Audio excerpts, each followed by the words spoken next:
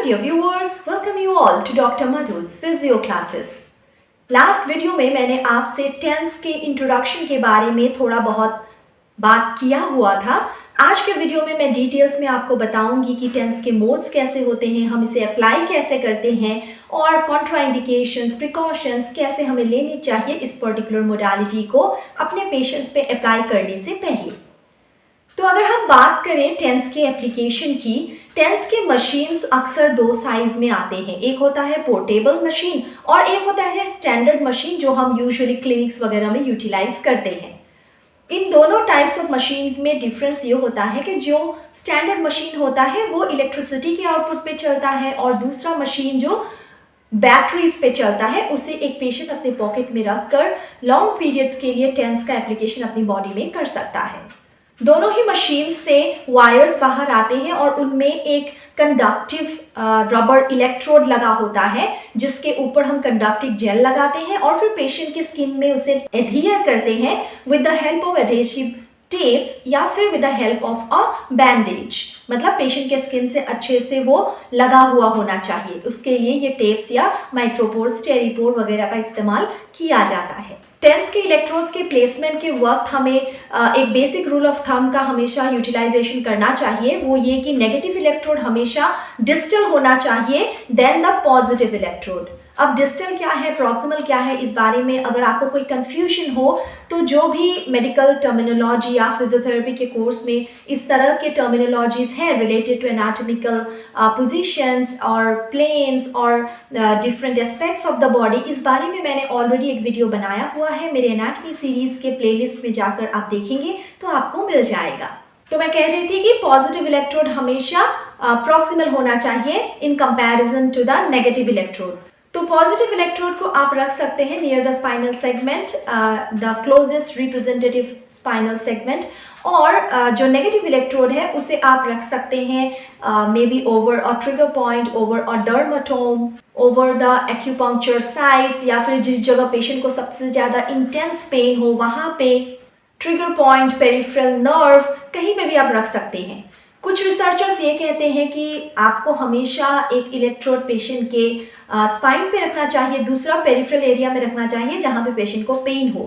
कुछ रिसर्चर्स कहते हैं आप डुअल चैनल्स का भी यूटिलाइजेशन कर सकते हैं जिनमें कि दो साइमल्टेनियस करंट आप अप्लाई कर रहे हैं through a dual channel output वाला मशीन। इन प्लेसमेंट रूल्स को आप जैसे भी अडाप्ट करना चाहें, एक बात का आपको ख्याल रखना चाहिए कि पेशेंट की स्किन में सेंसेशन प्रॉपर हो।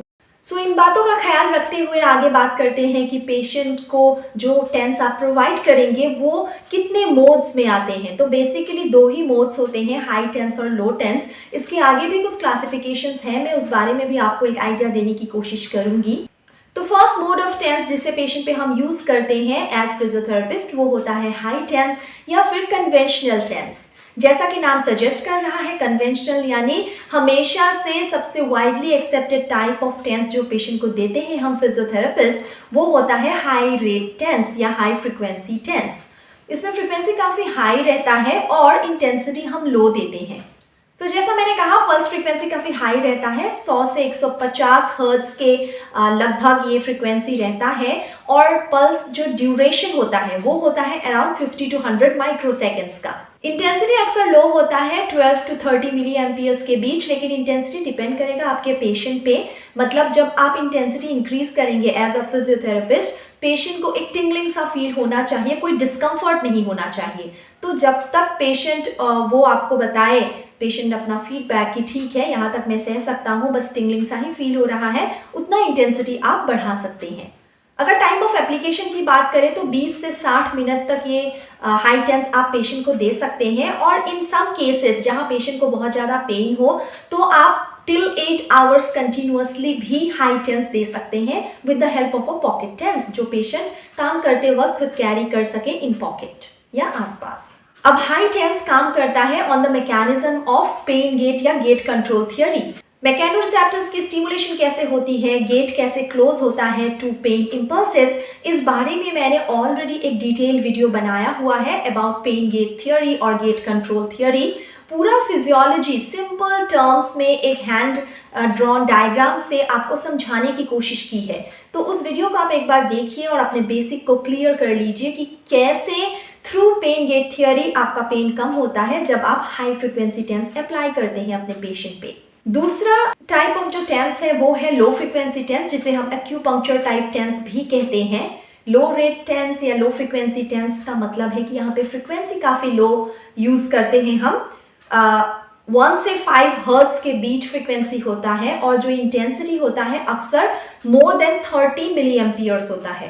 पल्स ड्यूरेशन यहाँ पे लगभग 100 to 150 माइक्रोसेकेंड्स का होता है।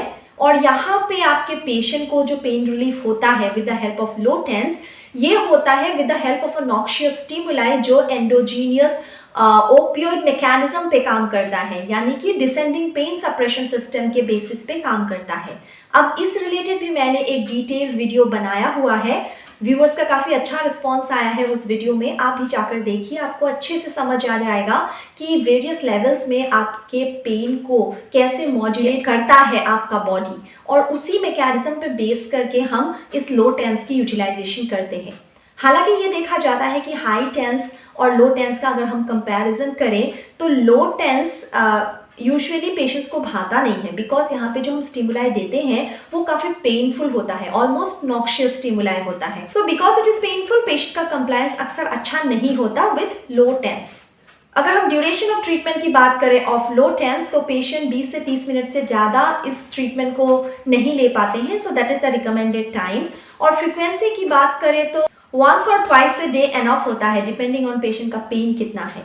अगर हम हाई टेंस की बात करें, वहाँ ये बात छूट गई। हाई टेंस की फ्रिक्वेंसी की बात करें तो हाई टेंस तभी पेन रिलीफ करता है जब तक आप हाई टेंस पेशेंट को प्रोवाइड कर रहे हैं, मतलब जैसे ही आप करंट को ऑफ करते हैं हो सकता है पेशेंट को पेन फील हो। सो फ्रिक्वेंसी की अगर हम बात करें तो पेशेंट कई बार इसे ले सकते हैं, जब भी उन्हें पेन हो वो ले ले, पेन कम हो जाए वो थोड़ा काम वाम कर ले, फिर से ये पेन के जड़ को नहीं मारता, ये बस पेन का एक मॉड्यूलेशन करता है।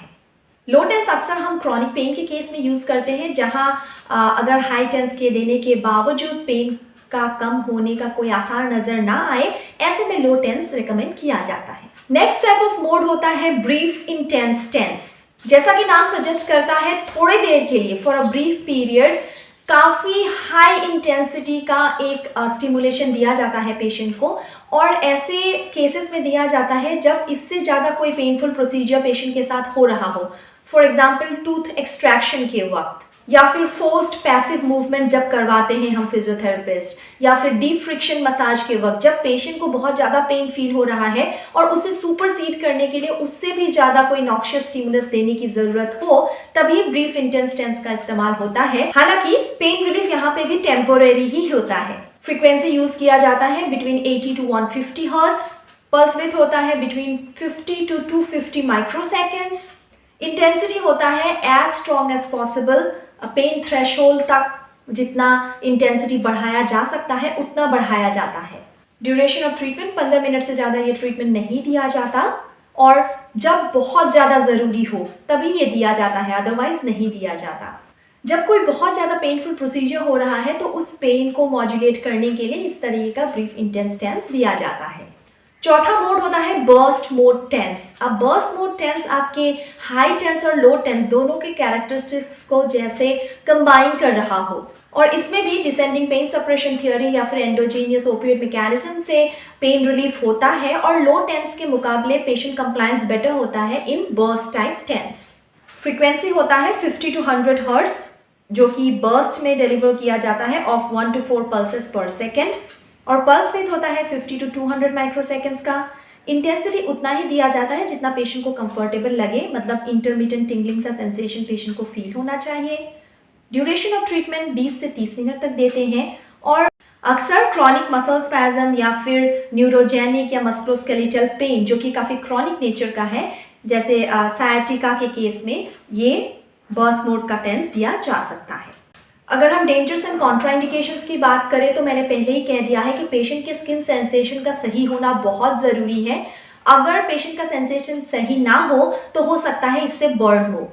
दूसरी बात है, अगर हम कॉन्ट्राइंडिकेशन की बात करें, कार्डियक पेसमेकर्स के आसपास, या फिर अगर कोई पेशेंट कार्डियक पेशेंट है, उनके चेस्ट वॉल में आईज, लैरिंग्स, फेरिंग्स, म्यूकोजल मेम्ब्रेन इनके ऊपर, और अगर एक पेशेंट को स्ट्रोक या एपिलेप्सी है तो उनके हेड और नेक के आसपास, इन सारे केसेस में टेंस नहीं देना चाहिए। आजकल मार्केट में कुछ पोर्टेबल टेंस आ गए हैं, जिसे पॉकेट टेंस मैंने कहा था उसे कहते हैं। उस तरीके के टेंस को हियरिंग एड्स की तरह कंटिन्यूसली भी पेशेंट्स यूज़ कर सकते हैं, लेकिन उसके पहले ज़रूरी है कि एक स्किल्ड फिजियोथेरेपिस्ट से वो इस टेंस के मशीन को यूटिलाइज करना या यूज़ करना सीख ले, और उसके रिलेटेड जो भी प्रिकॉशंस या कॉन्ट्राइंडिकेशंस है उस बारे में भी पेशेंट को पता हो, और थेरेपिस्ट उसका असेसमेंट करने के बाद ही पेशेंट को इस तरीके से पॉकेट टेंस यूज़ करने के लिए अलाउ करें। सो टेंस एक बहुत यूजफुल मशीन हो सकता है या एपरेटिस हो सकता है आपके पेशेंट के पेन लेवल्स को रिड्यूस करने के लिए, और ये वाइडली यूज़ किया जाता है इन फिजियोथेरेपी क्लिनिक्स, खासकर इसलिए कि पेन को कम करे और इसकी वजह से पेशेंट कुछ दूसरे टाइप ऑफ ट्रीटमेंट में ज़्यादा कंप्लाई करे, कुछ एक्सरसाइजेस करने के लिए राज़ी हो, पेन कम हो जाए फिर वो एक्सरसाइजेस करें। इस तरीके के रीजंस के लिए हम टेंस का काफ़ी इस्तेमाल करते हैं। क्रॉनिक पेन सिंड्रोम्स में भी पेशेंट को काफ़ी हद तक टेंस से राहत मिलता है, लेकिन जब पेशेंट आपके पास आए तो जो भी पैरामीटर्स है, चाहे पल्स विड्थ हो, फ्रिक्वेंसी हो, ड्यूरेशन हो, इंटेंसिटी हो, इन सब का एक एक्सपेरिमेंटेशन शायद आपको करना पड़े टू डिसाइड कि उस पेशेंट के लिए एप्ट पैरामीटर्स कौन से हैं।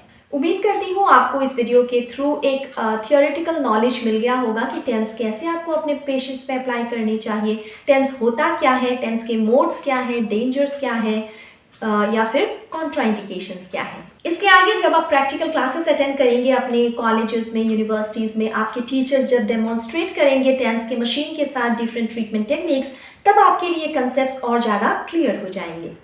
Thank you so much for watching the video. See you soon. Till then take care.